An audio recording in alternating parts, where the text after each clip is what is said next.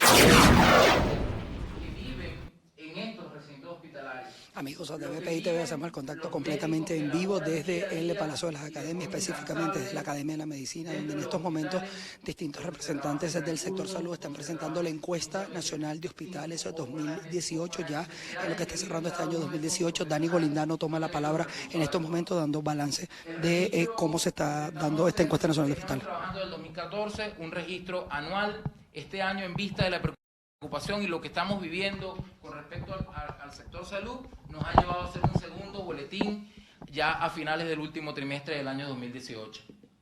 Un registro que es mucho más dedicado, que este registro ha sido mucho más laborioso que de los registros anteriores, que hemos trabajado en forma mucho más eficiente, que lo vamos a ver en las siguientes láminas que le vamos a presentar a continuación. Las áreas que vamos a estudiar específicamente el área de apoyo diagnóstico. Algo tan simple como una hematología, un rayos X, que es fundamental para el clínico o para el quirúrgico a la hora de la toma de la decisión o cómo atender un paciente. No cuentan, hoy en día hospitales en Venezuela no cuentan con estos sistemas. Las áreas críticas, área de terapia intensiva, tanto pediátrica como adulta, a evaluar cómo están las condiciones sobre esta, el insumo en las áreas críticas. Para este corte o este boletín tenemos unos avances mucho más novedosos en cuanto a la evaluación de medicamentos que se utilizan en ciertas áreas, el recurso humano y sobre todo el impacto. ¿Cómo impacta esto al profesional de la salud? ¿Cómo impacta al paciente? ¿Y cómo impacta a la ciudadanía que quizás está sana y a futuro tienes que ir a un hospital venezolano? La calidad de los servicios hospitalarios, la violencia y la seguridad que se ha convertido en un flagelo que vive dentro del hospital como viven las patologías. Muchos de nuestros compañeros médicos, profesionales, enfermeras, camilleros, todo el que hace vida dentro de un recinto hospitalario ha sido víctima de robos, hurtos, maltratos y vamos a evaluarlo en este boletín.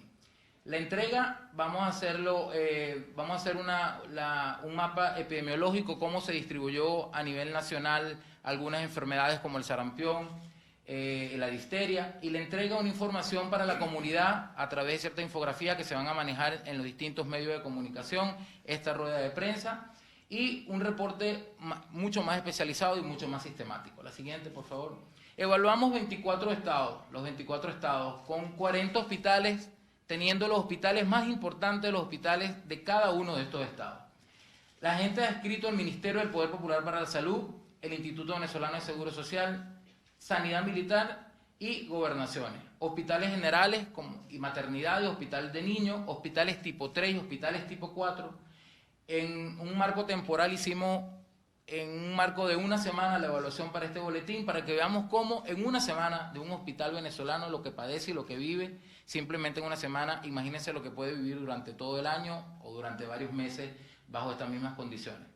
La validación y la homogenización del instrumento y tuvimos la particularidad que el equipo que conforma o que constituye a Médicos por la Salud, distribuido en todo el territorio nacional, en distintos hospitales, que no solamente son los médicos, sino se han unido enfermeras, bioanalistas, técnicos, camilleros, todos los que conocen la realidad que viven en los hospitales. Nos hemos manejado a través de un sistema de entrenamiento, un teleentrenamiento mucho más arduo que las pesquisas anteriores, y por eso, en vista del entrenamiento que tenemos hacia el personal que da la información o que maneja esta información, tenemos la completa seguridad que los datos que se dan son fidedignos y veraces. La siguiente, por favor. Una distribución de cómo a nivel del territorio nacional, la siguiente. Y fíjense acá, empezamos con las cifras. Vemos cómo en Venezuela hoy en día el 33% de las camas en el país se encuentran inoperativas. 33% que va a reflejar la poca posibilidad o la nula posibilidad de atender un paciente en condiciones leves, moderadas o severas, dependiendo cuál sea el grado de la patología, y que condicionan a que muchas veces de estos hospitales tienen formación académica en posgrado, vejan y disminuyen el grado de preparación de los profesionales de la salud. En un espectro mucho más amplio, vemos como estados como Aragua, Monagas, Falcón y Táchira son los estados que se ven mucho más afectados con la situación de las camas hospitalarias, las camas operativas dentro del recinto hospitalario. La siguiente. Aquí vemos la situación de los laboratorios. 43.2% de los laboratorios se encuentran hoy en día en el país completamente inoperativos.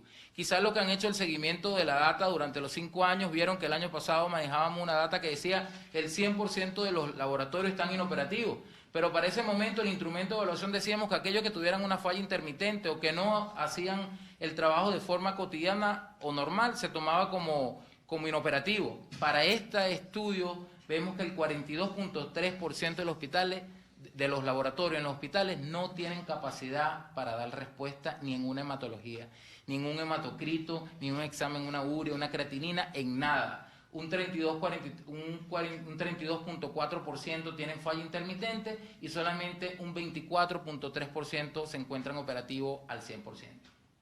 La siguiente, vemos acá como el 51.3% de los servicios de rayo X están inoperativos. ¿Qué nos dice esto? Nos dice que tenemos que la mitad de los pacientes que van a un servicio, sea de cirugía o de medicina interna, a la hora de una evaluación, de cada 10 pacientes, 5 pacientes no le podemos hacer una simple rayo X. Instrumento de evaluación de suma importancia para el médico.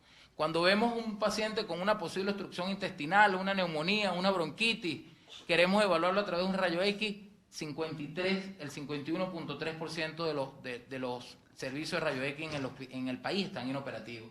Apenas un 18.2% de forma intermitente y un 29.3% están de forma operativa. Eso quiere decir que de cada 10 solamente 3 personas tienen la dicha de poder ser evaluados con un rayo X a la hora de una emergencia en un hospital. La siguiente, vemos, y esto es sumamente grave aquellos que hacemos las prácticas clínicas. Vemos como hoy en día el 95.6% de los hospitales de nuestro país, entre hospitales tipo 3 y tipo 4, no tienen tomógrafos y resonadores para evaluar un paciente. Solamente en la evaluación vemos que solamente un hospital en el país puede manejar este tipo de diagnóstico, y quiere decir que de cada 10, 9 no tienen derecho a recibir un trato médico digno a la hora de una evaluación médica porque no tenemos equipo de resonancia o equipo de tomografía. La siguiente, por favor. La inoperatividad es del 42.4% de los servicios de eco a nivel nacional. Es decir, que de cada 10 solamente tenemos que aproximadamente de cada 10 personas, 4 no van a recibir, no se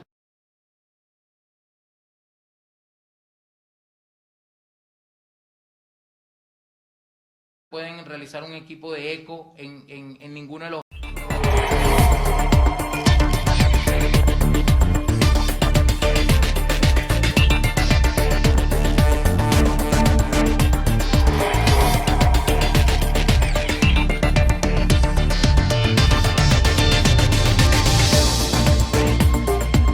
¿Qué más que cuando te llega un paciente y el médico se encuentra al frente del paciente, tiene que tener esa habilidad diagnóstica más allá de las clínicas, que gracias a la formación que han tenido las universidades autónomas de este país, hoy en día el médico se basa en sus argumentos clínicos prácticamente para evaluar un paciente, pero a la hora del estudio paraclínico se ve prácticamente frustrado por no tener cómo realizarlo, y vemos un evento o el hecho histórico del año 2014 en relación a los rayos X, laboratorio, eco y tomografía.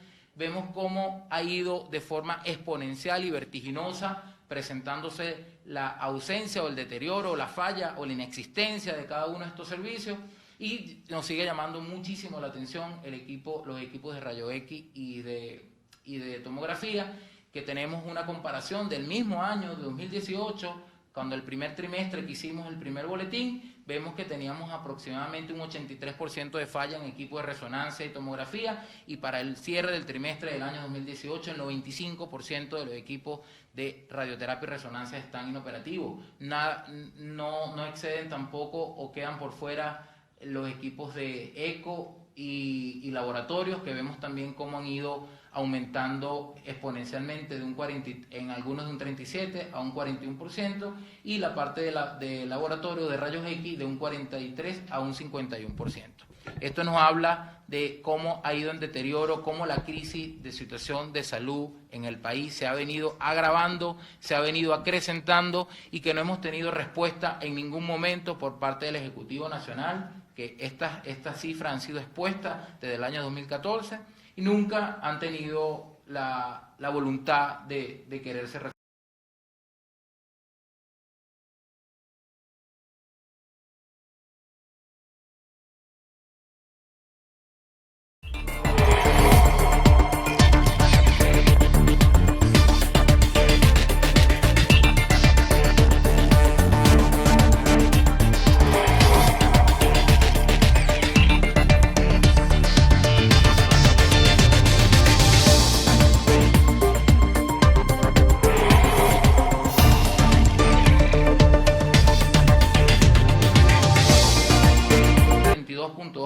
Han presentado fallas en un equipos que son vitales a la hora de atender a un paciente.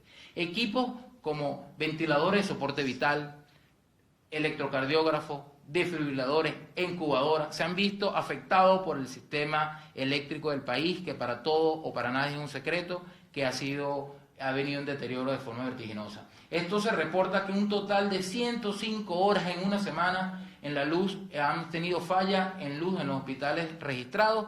Y tomo como ejemplo, en el estado Amazonas, donde aproximadamente 21 horas un hospital sin luz y no se tuvo obtener respuesta. Y esto habla la siguiente diapositiva, que vemos la operatividad de las plantas eléctricas, donde vemos que hoy en día el 19.4% hay plantas en los hospitales eléctricos, pero no están operativas porque estén dañadas o porque tengan alguna avería o un mal funcionamiento.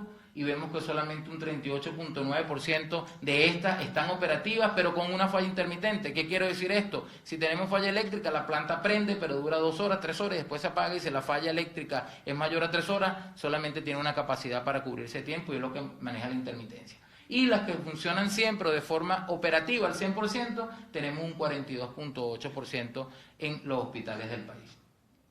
En cuanto al servicio de agua, un elemento vital catalogado como vida, el agua da vida, y todos los que están dentro de un recinto hospitalario saben que, imagínense un hospital, un sistema de salud sin agua.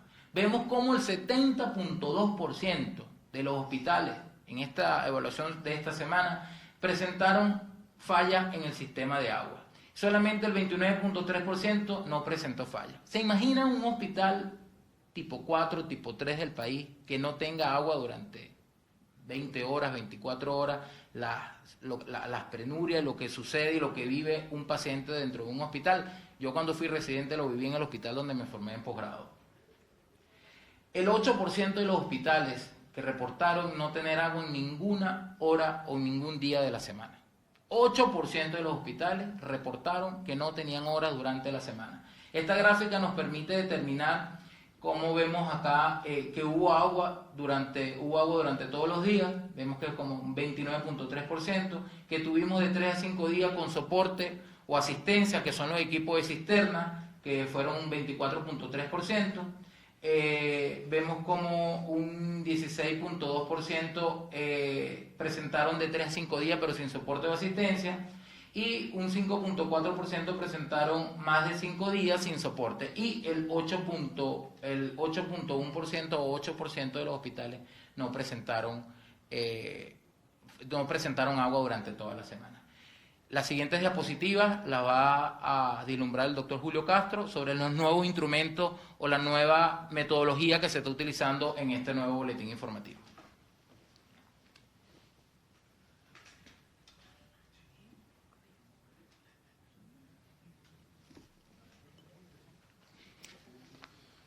Buenos días, mi nombre es Julio Castro, soy profesor del Instituto de Medicina Tropical de la UCB, soy médico internista, infectólogo y miembro de la ONG Médicos por la Salud. Uno de los elementos que la agencia del Sistema de Naciones Unidas nos ha pedido en el último año era que querían saber con detalle qué medicamento había en cada hospital o qué medicamento no había en cada hospital. Y eso era una tarea compleja, por lo tanto, decidimos incluir este instrumento de medición dentro de la encuesta nacional de hospitales. Para este caso particular hicimos 2 scores. El primer score tenía que ver con los medicamentos de emergencia y definimos una lista de 20 medicamentos o 20 ítems, porque no solamente hay medicamentos, que son imprescindibles para la emergencia.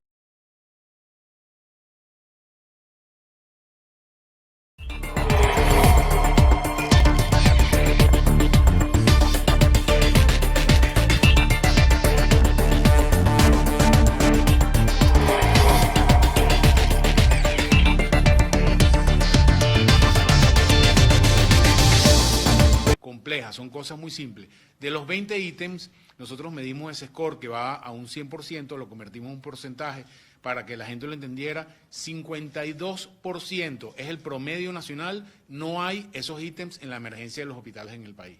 La probabilidad de que usted llegue a una emergencia y necesite un medicamento, entendiendo ese score, es que casi el 50% de lo que usted necesite no lo va a encontrar disponible en ese momento en la emergencia. Y esto es un número bastante mediocre, entendiendo la situación nuestra del país. ¿Y qué queremos ver con el mapa? Que la realidad no es igual en todos los estados del país. Aquí hay una granularidad de la información y queremos llegar tan profundo como al estado o como al hospital. En la página web, donde pueden ver los datos, ustedes pueden ver a cada uno de los hospitales y ver en ese hospital exactamente qué es lo que hay y qué es lo que no hay en función de este score de emergencia. Vemos la tendencia que se repite en los diferentes sistemas de medición que tenemos, que los peores estados han sido en esta medición los estados andinos, los estados llaneros y el sur, Bolívar y Amazonas. Esa cuenca sur es la que se comporta peor en relación a la cuenca central del país. La siguiente. Hicimos un segundo score, que es el score de pabellón, porque una cosa es cómo funciona la emergencia, otra cosa es cómo si funciona el sistema de las salas operatorias o pabellones, y aquí medimos solamente 12 ítems, que son básicos: gases anestésicos, analgésicos mayores, que se utilizan en anestesia, tubos endotraqueales, máquinas de respiración y de asistencia respiratoria y material descartable. El score general es 38% de los centros del país no tienen los implementos necesarios para hacer una operación de un apéndice, y bastante sin. Y como anteriormente para el score de emergencia se parecen una con la otra. La siguiente. Otro elemento que incorporamos aquí era la violencia dentro del hospital. Hay diversas comunicaciones a través de los medios radioeléctricos de situaciones irregulares en los hospitales, y encontramos que 42% de nuestro personal de salud reportó que había robo en las instalaciones de los hospitales en una semana. O sea, casi la mitad de los hospitales reportaron robo al personal de salud o a los familiares dentro de la estructura, y de igual manera vimos que en los hospitales se reportó que 43% de esos hospitales el personal de salud recibió amenazas o recibió alguna actividad de violencia en relación a su trabajo de parte de los familiares que venían. Nuestra explicación para este hecho es que un padre que llega con un niño a la emergencia con una crisis de asma o con un dolor abdominal o con una diarrea y le dicen que no hay insumos, probablemente su primera aproximación al personal de salud que labora allí es que responda con violencia, palabras fuertes, forcejeo, combinación a hacer algo más de lo que hacen los médicos, y creemos que es una expresión de la falta de insumos del hospital. La siguiente. También evaluamos protestas del personal de salud, tanto enfermeras como médicos. Hay una correlación muy importante en los mismos hospitales donde hay mayor déficit. En esos mismos centros hay protestas del personal médico y paramédico que labora en esos hospitales, como un elemento central. ¿Qué nos dice a nosotros estas láminas?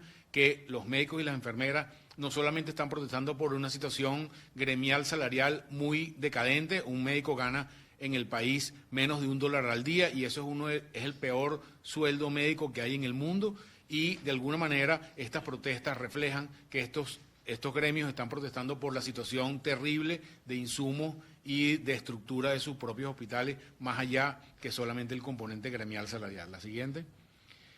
Quisimos incorporar también en este momento, ver si nuestro sistema podía tener de alguna manera una perspectiva de qué está pasando en términos de las epidemias que están actuando. Medimos diferentes cosas, en estas solamente les ponemos difteria y sarampión, pero también medimos tuberculosis del personal hospitalario, también medimos influenza, que tiene actividad en el país, y las dos más llamativas es que tanto difteria como sarampión hay una distribución importante en la última semana de casos en estos estados que reportaron, que un poco se parece a los datos que obtenemos de la página web de la Organización Panamericana de la Salud. La siguiente.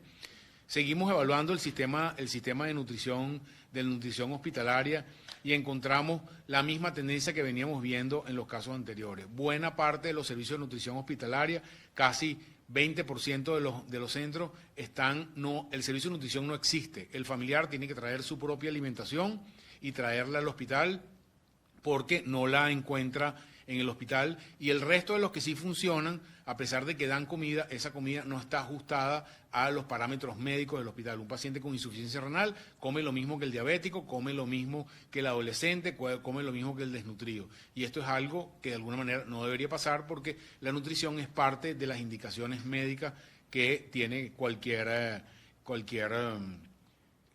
sistema de apoyo médico hospitalario. La que sigue.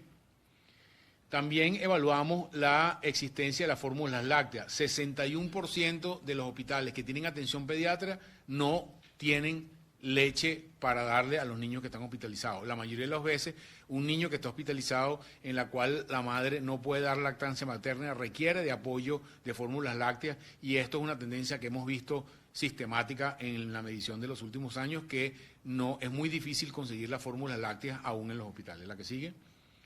Finalmente, para efectos de auditoría, y lo van a ver en la página web, esto es un capture que viene solamente del sistema web.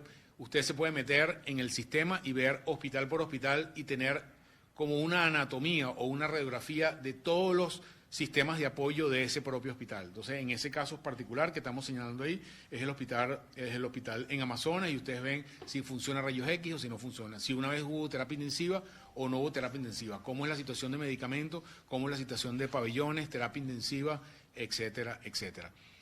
Nosotros estamos entregando en este segundo boletín, la primera de este formato mucho más granular y mucho más específico, solamente parte de la información. Hay parte de la información que vamos a estar entregando en las próximas ruedas de prensa, que ya les notificaremos, donde vamos a ver medición de la gerencia hospitalaria en términos de tiempo. ¿Cuánto tiempo tardamos en atender una neumonía o un infarto en los hospitales de Venezuela? Pero también el impacto en morbilidad, que es enfermedades, y en mortalidad producto de que no hay luz, que no hay agua o que no hay medicamentos en los hospitales que nosotros estamos monitoreando, pero necesitamos tener una línea suficientemente robusta para decir o para estar seguros de lo que la información que tenemos está suficientemente bien corroborada. La que sigue.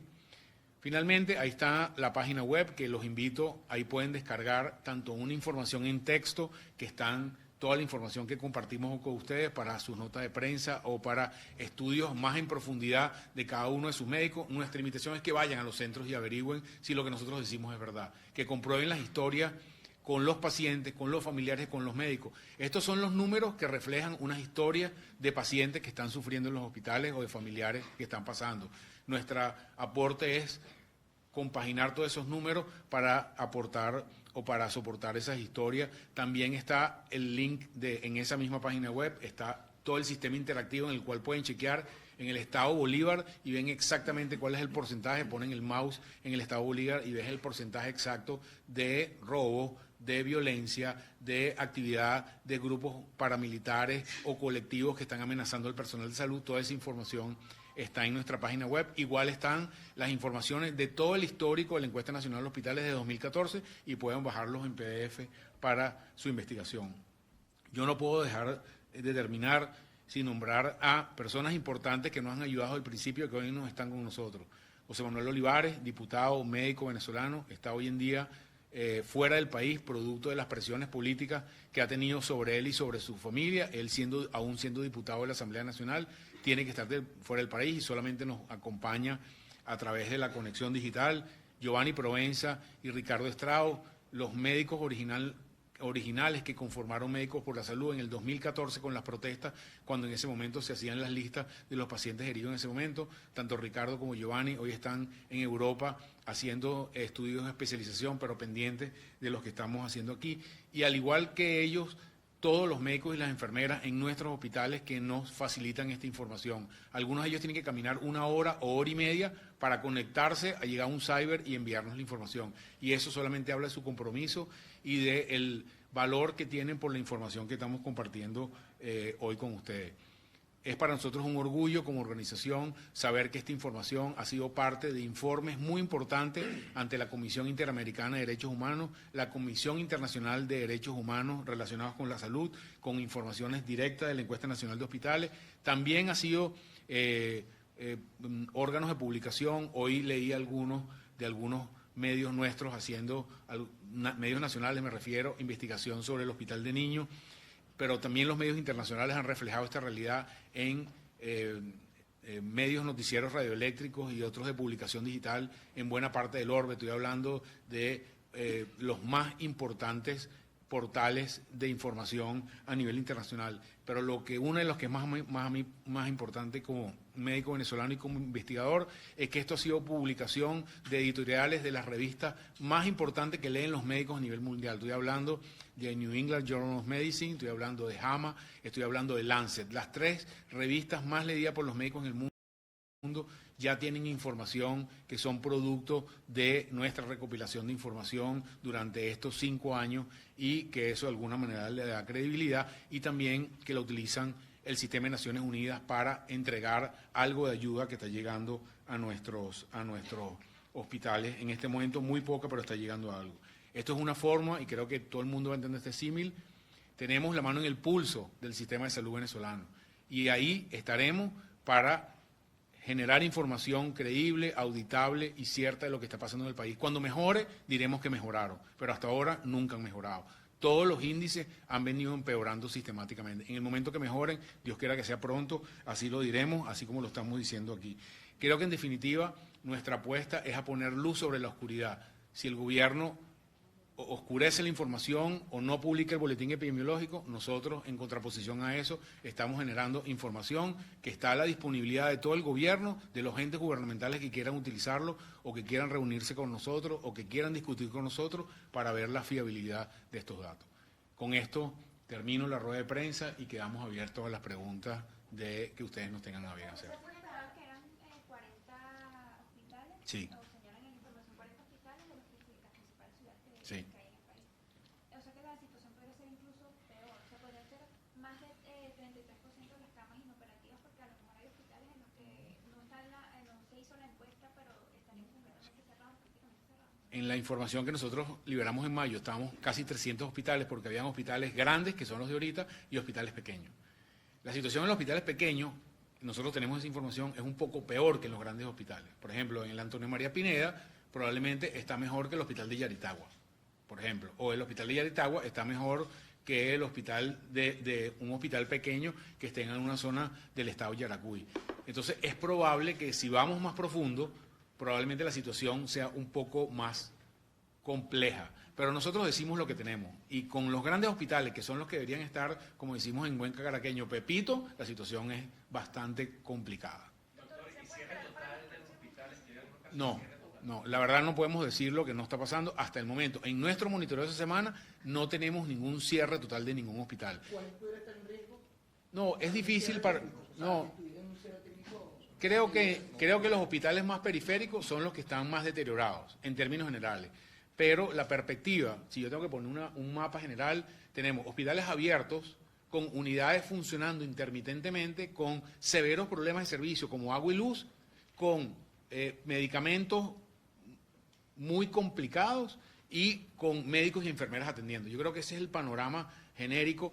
¿Qué va a pasar en algún momento? Que a lo mejor no va a haber enfermeras en un hospital. Para darles una idea, algún hospital como el Hospital Van Grieken son la tasa, eso lo vamos a decir en las próximas entregas, pero para que tengan una idea, cada médico tiene que estar pendiente de 35 camas y cada enfermera tiene que atender 45 camas. Entonces, eso te da una idea. ¿Qué pasa? Si se va a esa enfermera o se va a ese médico en el Hospital Van Grieken, ese hospital probablemente colapse. Pero eso no ha pasado hasta ahora. No podemos decir de estos 40 hospitales que hospitales cerrados, 100% cerrados, sino tenemos una operatividad intermedia en cada uno de ellos.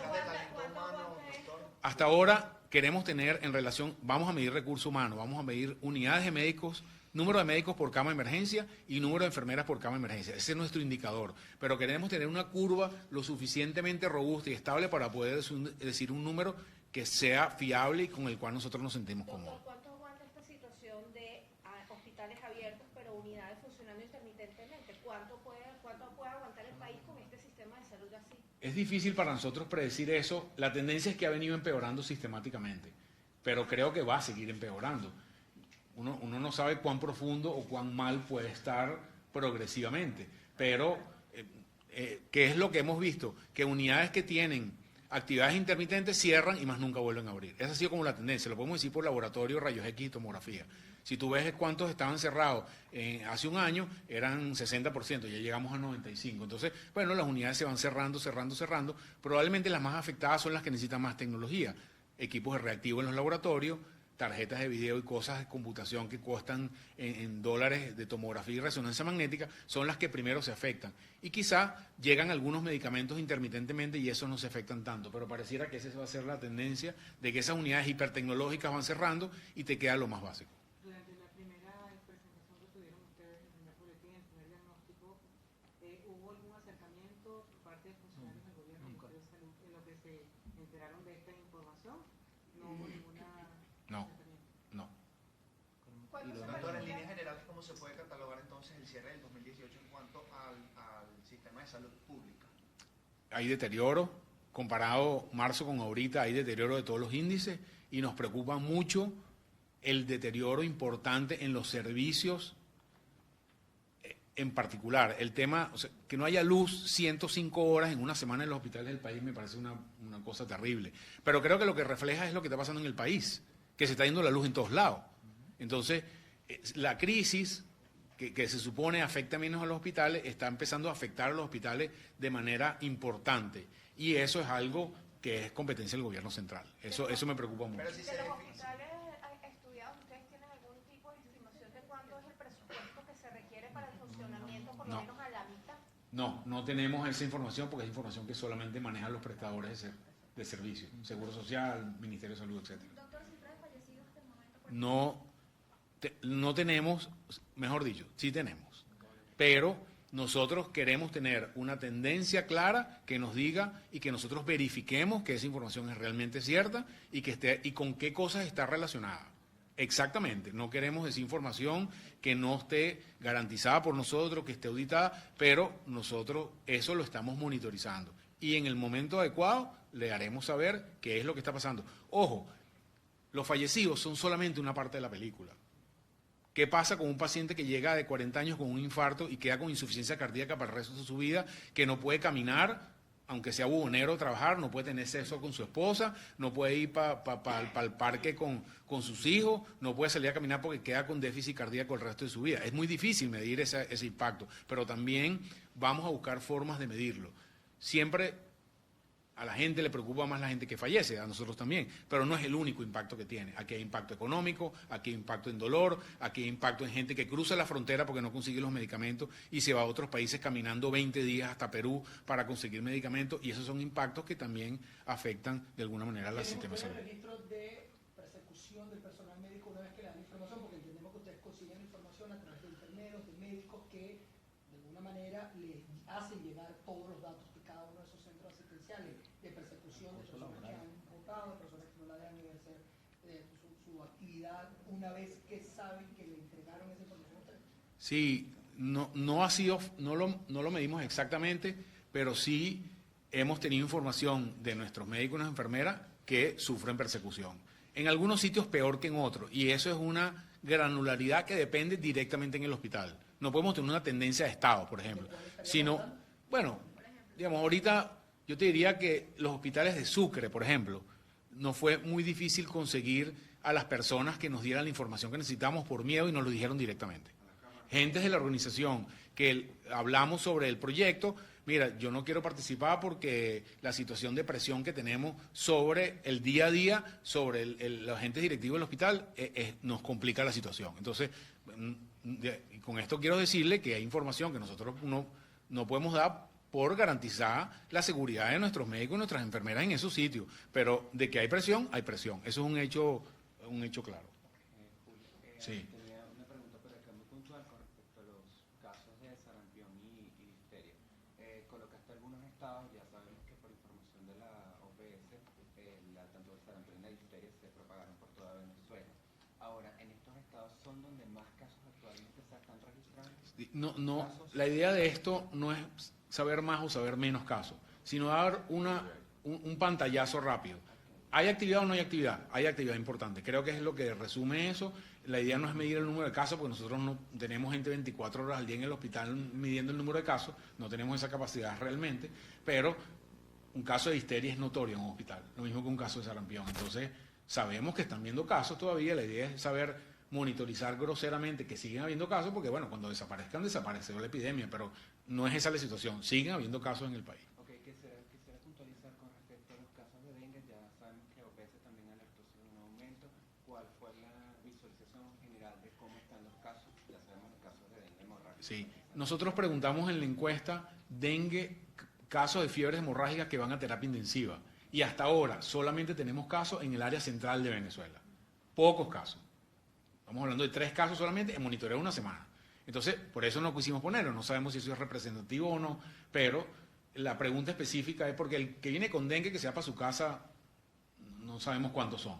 Bueno, nosotros no lo sabemos, pero un dengue o una fiebre hemorrágica que llega a terapia intensiva es muy notoria. Entonces, no pareciera que eso fuera un fenómeno nacional todavía, la verdad. Las fiebres hemorrágicas severas que van a terapia intensiva, y hasta ahora hemos monitorizado, pero seguiremos informando. Doctor, una pregunta. ¿Cuál es el mensaje que Médicos por Venezuela le va a dar a los pacientes que aterrados van a tener que ir a un hospital porque no hay opción de una clínica privada, porque no hay seguro de una clínica privada, pero tienen necesariamente que ir a un hospital a ser atendidos? Es Médicos por la Salud. Yo creo que el mensaje que podemos mandarles es que nuestros médicos venezolanos están ahí para atenderlos y estar con ellos. A veces te queda como médico en una situación como esta solamente acompañar a la gente. La labor inicial del médico desde hace miles de años ha sido acompañar en el dolor. Y si nos toca acompañar en el dolor, acompañaremos en el dolor. Si nos toca poner medicamentos, pondremos medicamentos. Creo que un valor fundamental, y tiene que ver con el tema de la violencia entre los hospitales, es que el gremio médico ha sido puesto de una manera negativa históricamente en los últimos años contra nuestros propios médicos, contra nuestros propios pacientes y nuestros propios usuarios. Y nuestra información y el compromiso del médico venezolano está allí, pase lo que pase. Haya medicamento o no haya medicamento. No podemos dar la sensación de que es una situación final, no parece ser así. En algunos sitios hay más, en algunos sitios hay menos, pero la idea es que la gente conozca qué es lo que hay en su hospital y la gente termina sabiéndolo. La gente cuando está en el interior y sabe que en un hospital no le van a resolver un problema, va a otro estado a que le resuelvan el problema. Entonces los pacientes terminan sabiendo un poco dónde hay más y dónde hay menos. Gracias. Muchas gracias.